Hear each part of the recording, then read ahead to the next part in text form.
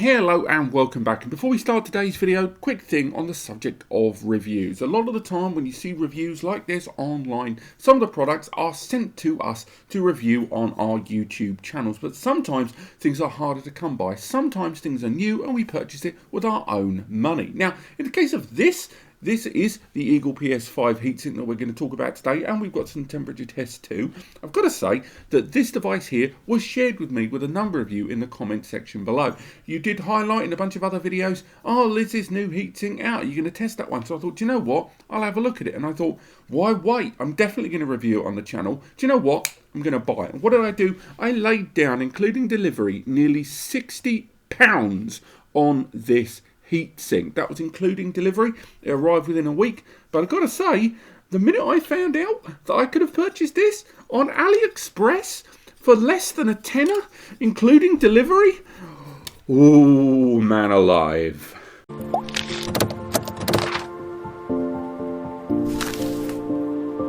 Yes, that rather penny-pinching, tight-fisted, look after the pennies because the pounds can take care of themselves attitude introduction aside, yes, today we're going to be looking at a hardware review. We're looking at a heatsink. We're looking at the Eagle PS5 heatsink here. This is PS5 Designed, and they talked quite a lot on their introduction on their web pages. They're listed on a few different e-tailers online.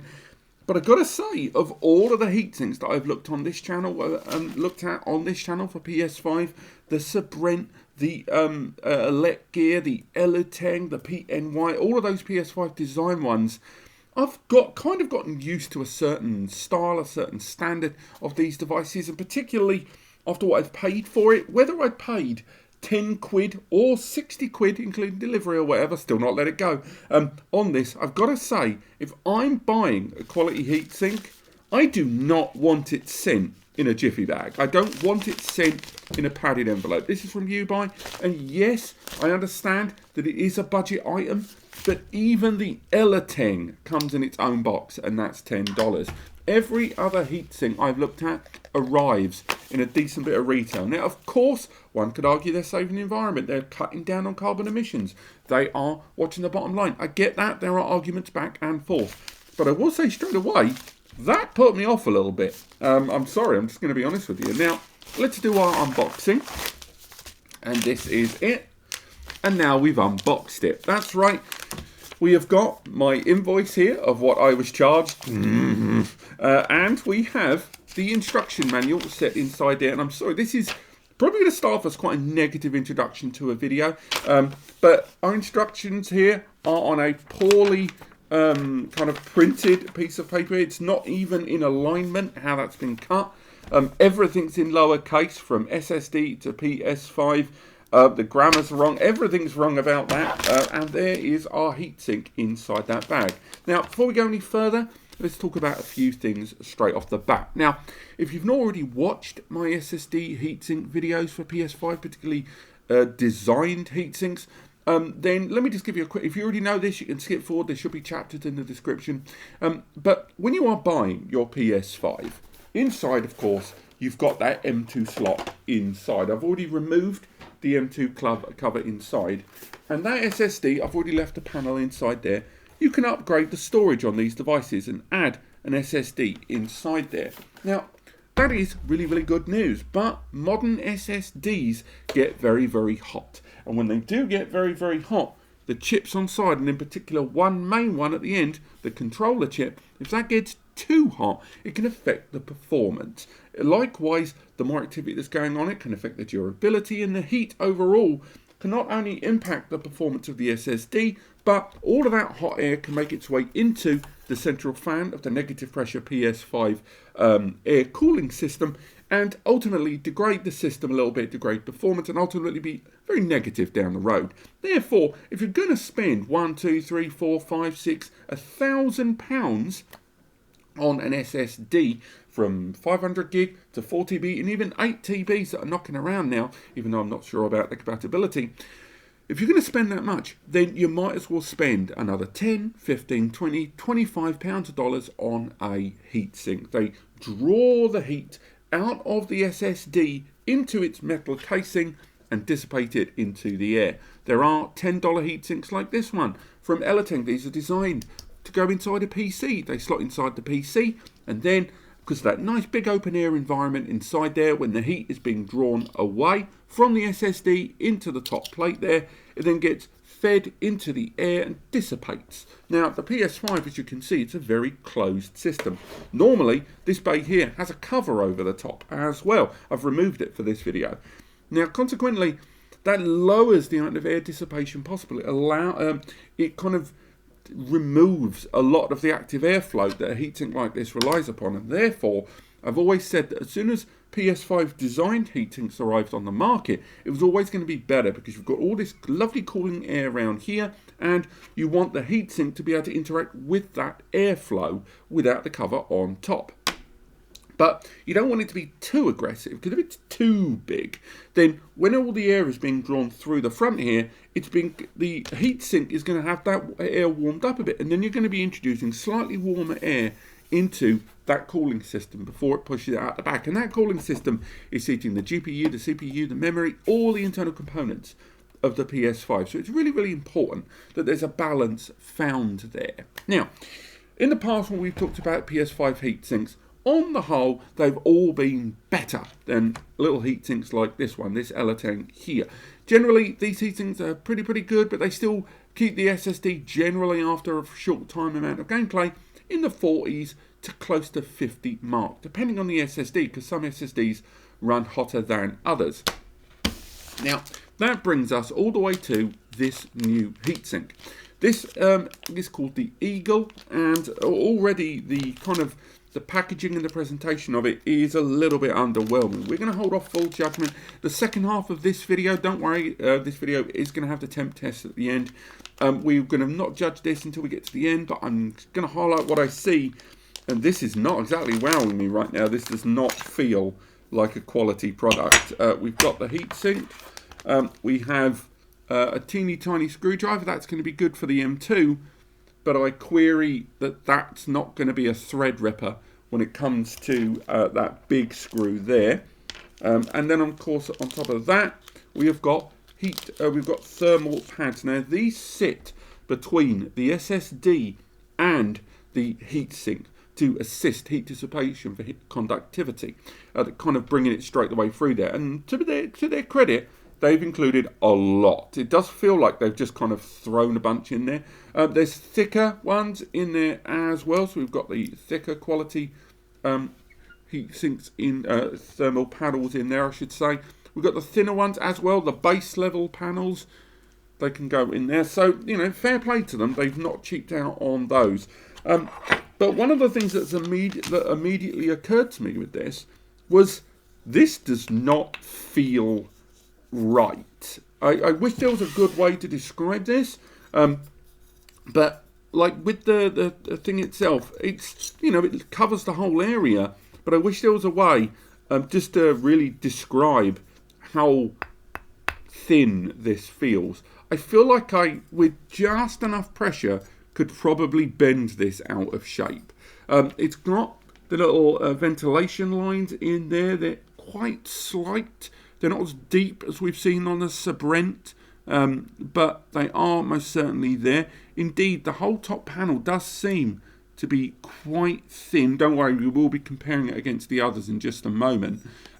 The base level panel is nice and chunky. Again, it's doing a full 22110 length fill, so it's not just doing the 2280 length.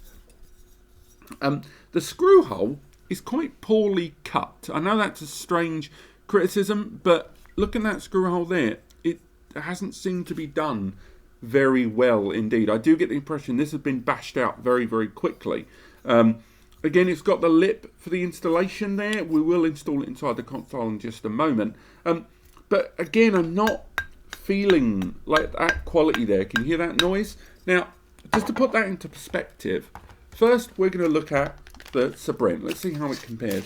Because remember, right now, if you were to try and buy this, it's going to cost you less than a tenner. So it's very, very cost efficient. And during our temp testing, we're comparing it against the Aliexpress, not these other heat sinks. And given that this is the same price as the Aliexpress, that doesn't mean it's the end of the world.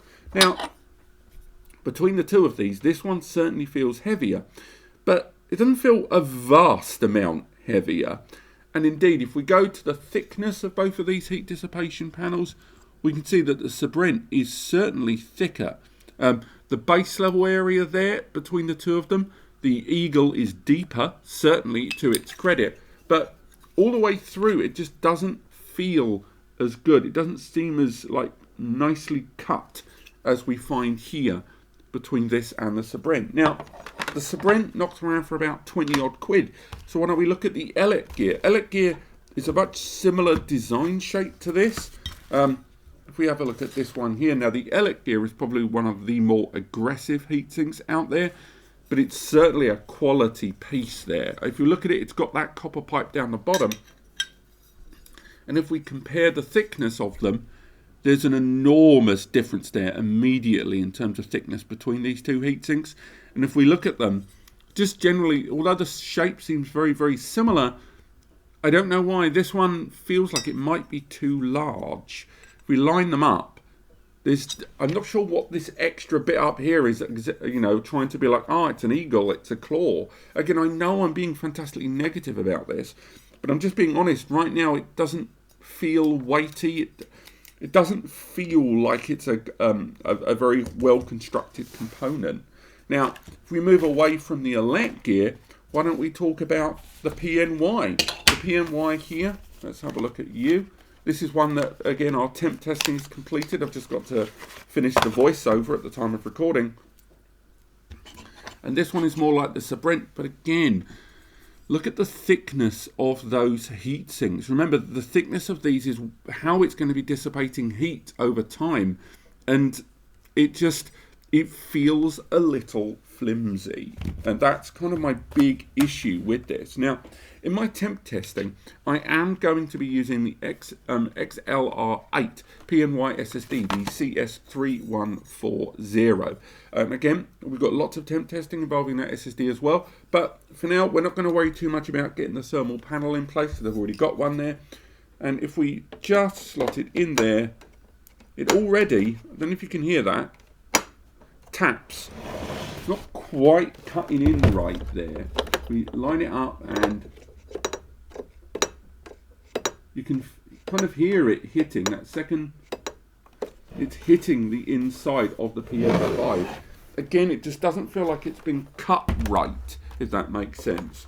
If we have a look about the installation itself, if I get my screwdriver, because to be frank, I'm not going to use this to remove the PS5's own screw here. It's a big chunky screw, and that screwdriver looks like it would tear the hell out of that thread.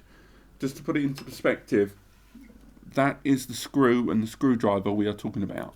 I know the light is a bit dodged there, but I hope that makes it clear, but I'm not using that screw here. So again, we angle it in as we normally would. Slight click there. Install it inside.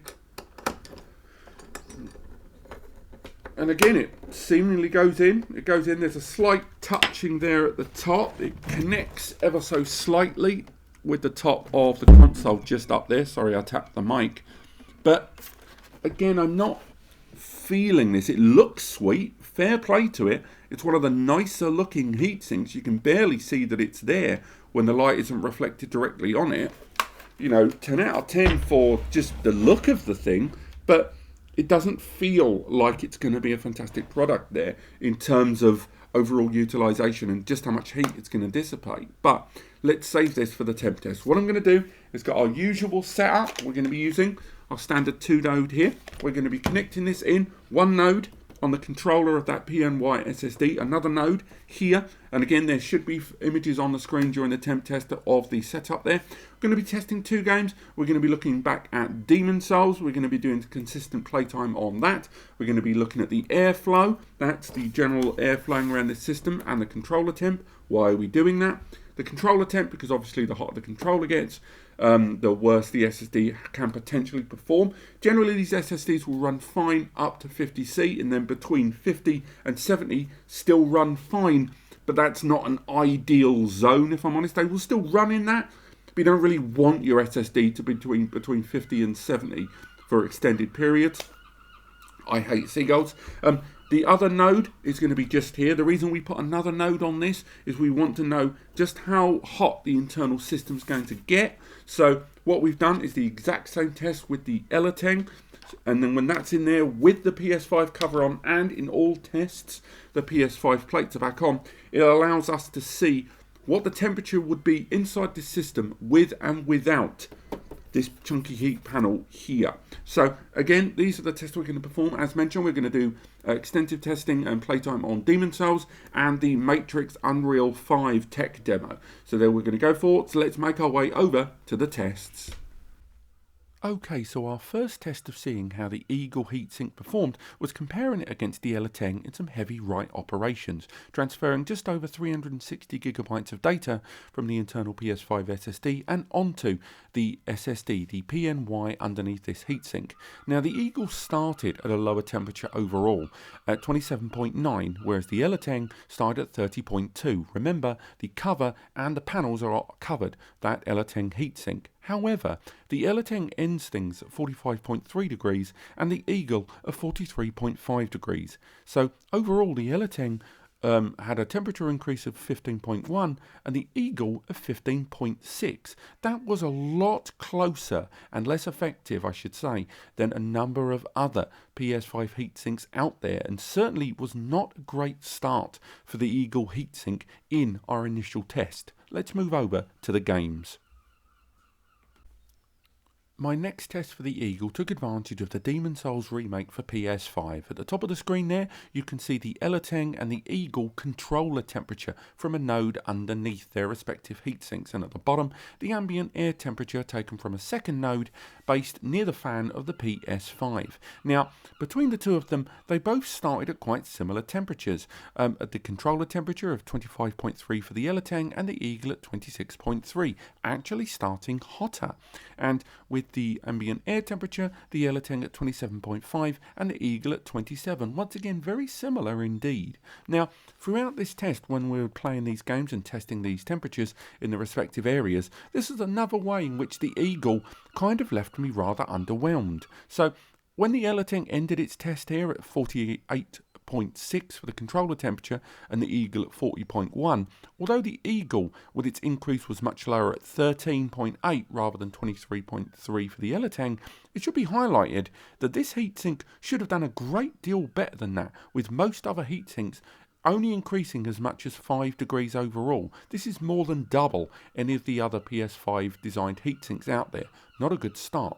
The same goes for the ambient air temperature. The Aliexpress increased the ambient temperature just 0.5 degrees overall, but the EAGLE increased things a little over a degree. Not much, but still not great.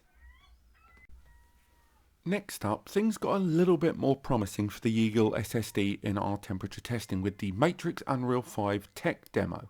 Now, with this one, the Aliexpress starting at 33.7 and the EAGLE starting at 36.9. The EAGLE did start hotter for that core temperature there, but overall the temperature rose notably quicker on the Aliexpress heatsink there, not having the ability to take advantage of dissipating that quickly growing heat from the PNY SSD that's inside. On the ambient temperature front, on that second node outside the M.2 bay, the Aliexpress starting at 26.1 and the EAGLE starting at 27.6. The EAGLE once again started a little hotter. However, as the testing continued, we saw that the Aliexpress increased in temperature on both the controller and ambient air temperature throughout the whole Matrix Unreal test, with the Aliexpress ending at 52 degrees by the end of this test, an increase of 16.3 degrees overall, whereas the EAGLE increased just simply 5.3 degrees, ending at the end of this at 42.2. As far as the ambient airflow was concerned, the Aliexpress, because of the kind of block of heat that was being generated underneath that M2 plate, it increased up to 27.9, an increase of 1.8 degrees, whereas the EAGLE, taking advantage of the system fans, which no doubt kicked in for a game like this, it ended at 27.7, an increase of just 0.1 degrees. And finally, we've got the heavy read operation of moving these games away from the SSD and back on the PS5's SSD. And once again, the EAGLE performed a little bit better this time, but still much lower than other PS5 designed SSD heatsinks out there. With the Aliexpress starting at 27.8, it eventually ended at 46.6 degrees, an increase of 18.8 degrees overall, whereas the Eagle started at 34 degrees and ended at 38.1, an increase of just 4.1 degrees overall, much lower than the Aliexpress. However, it's worth once again bearing in mind that if you compare that against the PNY PS5 Heatsink and the Sabrent PS5 Heatsink, both of which increased things just 3 to 4 degrees overall and started and ended at under 29 degrees, it resulted in the Eagle beating the Aliexpress but still being noticeably behind that of other prosumer PS5 designed heatsinks available on the market now.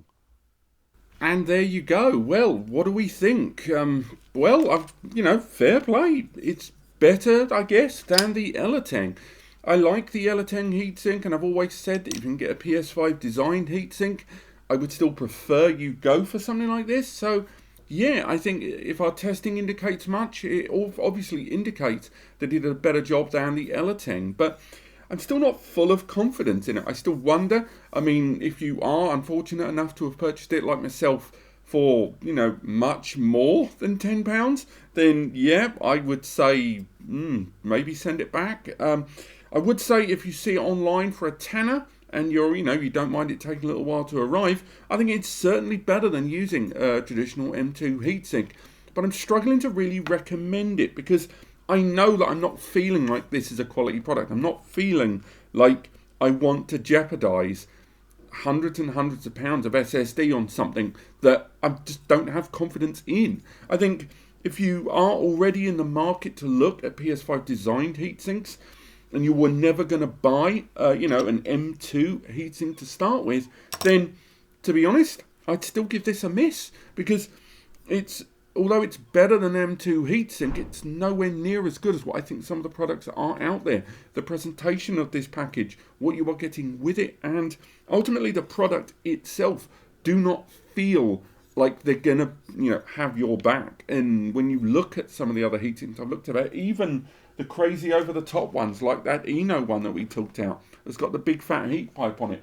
Even with those, I felt that even when they were crazy or expensive, I was still getting value for money and I was getting a good product, whereas this doesn't give me that feeling. What this gives me as a feeling of as cheap cash grab, and that price drop so quickly also indicates to me that this is not something that the brand is going to be around for a long time, or maybe pattern problems, we'll see. But overall, it's a decent enough heatsink. I think it does do its job to a degree, but I do think there are better ones out there. And if you're watching my other videos, I hope you know which ones I am talking about. But thank you so much for watching. If you've enjoyed this video, chuck me a like. It genuinely helps me understand what I'm doing right and wrong. There's a full breakdown and review and much closer photos of this device and a lot more details on some of that stuff to do with weight and more in the description, linked over on NAS Compare's full review down there. If you are looking for the right solution for your PS5 storage or even just general storage